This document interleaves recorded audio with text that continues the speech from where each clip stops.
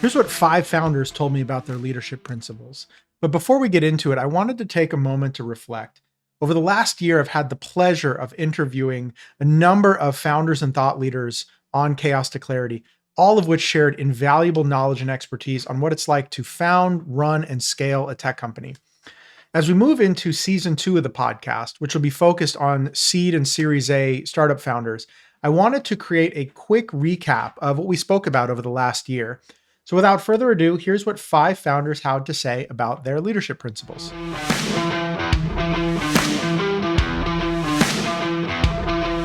I got advice from a mentor at Uber. This is before I decided I was going to leave and into this founder in residence role. But he said, when you're evaluating companies, look at the product that they're building, and that's likely the culture that they're creating. So it was oversimplified example, but if you're building, I'll use Uber as an example.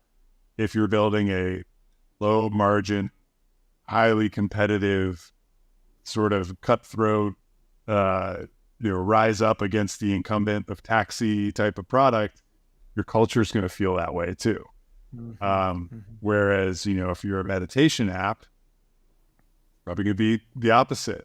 And so, I think for us, what unites our team and how I approach it from a leadership standpoint is Tango really is all about scaling knowledge within an organization and making sure people have the context, people have the transparency in the workplace to be able to do their job without, wondering, what are we trying to do here? What are we trying to do there? And so a lot of my leadership principles are centered around how do I help people be better? Almost this like servant leadership mindset of like, what do I know or what unique perspective do I have that can help somebody execute on their job better?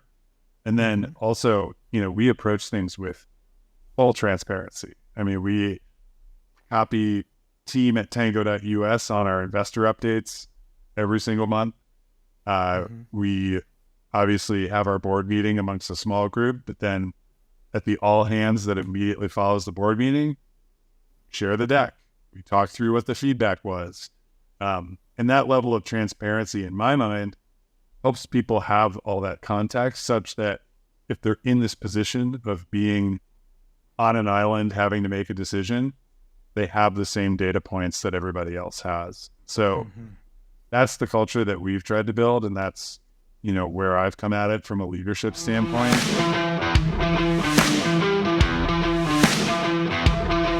Most leaders of successful companies, driving business outcomes is important. Expecting excellence is important, but equally trusting your team and not micromanaging and giving them freedom to innovate, which also sometimes means failure, is equally important. And so to me, it's all about hiring the right people, setting high expectations, communicating vision, communicating goals, and then letting people have the freedom to run their teams and their part of the business. You can't get to these companies at scale if you're trying to do everything in hero mode yourself. And it is easy. It's easy to lean on yourself and say, well, I could just do this faster, or I could just do this better myself. But that's not how the team succeeds. And so for me, from a leadership perspective, it's important to, be able to roll up my sleeves and jump in there when the company or the team needs me to. But primarily my role is to hire and retain top talent and communicate where we're going so we're all aligned.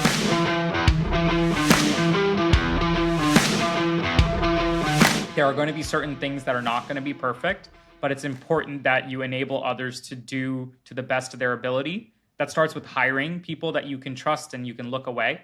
It's also about the capacity to translate certain ideas and topics into reality.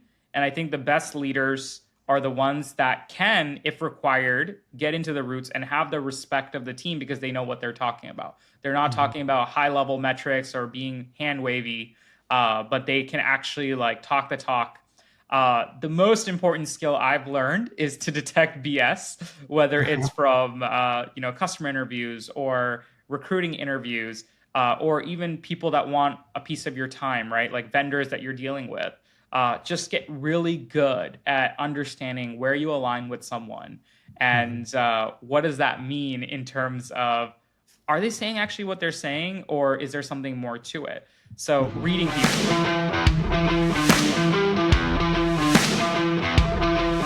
The CEO is the MVP, but it doesn't stand for most valuable player. It stands for money, vision, and people. So I kind of always come back to that little phrase and go, that's my job, right? And the number one thing is people. And we'll talk more. I'll double click on that because I've got a lot of thoughts around that, kind of hiring and firing and retention. The money is, obviously don't ever run out of money, and build a great revenue stream. And the vision is a lot of what I spend my time on.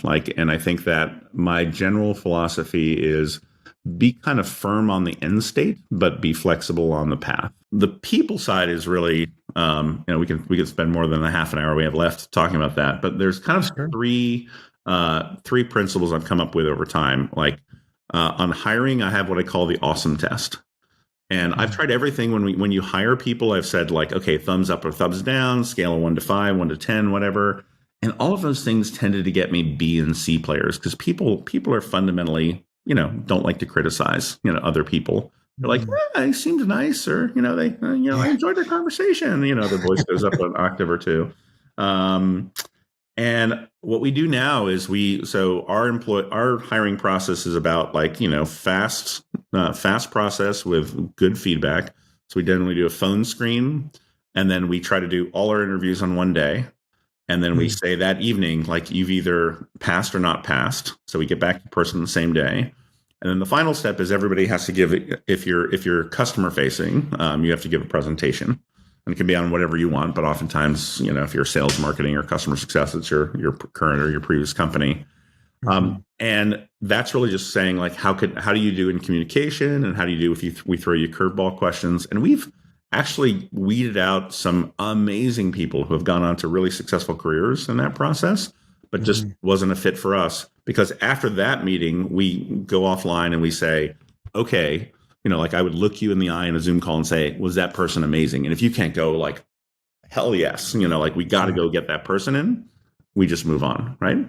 And so it's kind of excuse my language, it's fuck yes or hell no. It's kind of the way we think about that for employees. Right. And it means it's a much longer process, but we generally get it right more than we would otherwise.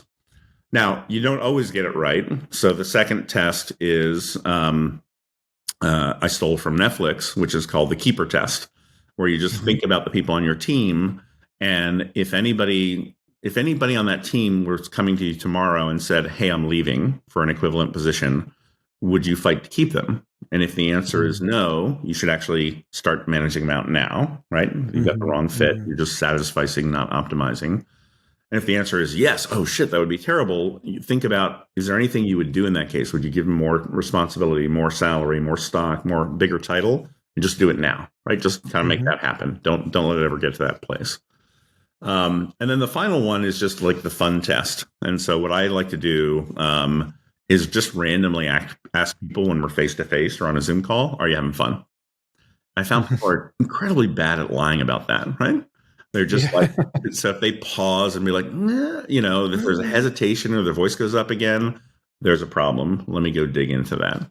So that's kind of been the three things that I've always done in building teams.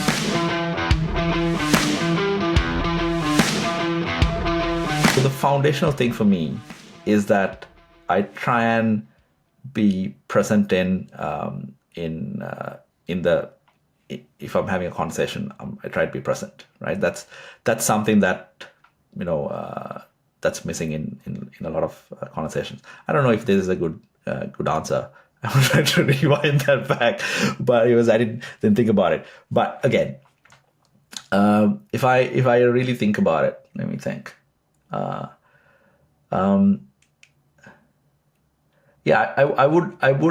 would revert back to one understanding before making a decision, right? Understanding the context of where things are, and taking the full picture in, right? Which is usually quite challenging given when you have so many signals.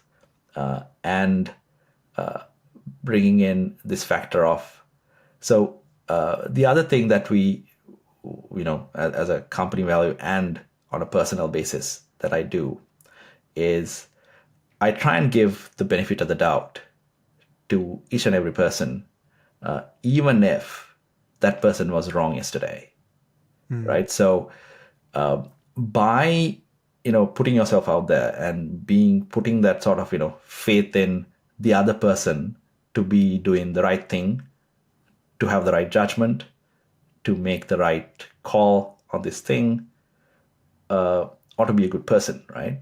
By giving that option out, you tend to get much better results, and you have to end up leading a better life, basically, right? So this sunk cost fallacy that I talk about applies to on a personal basis as well.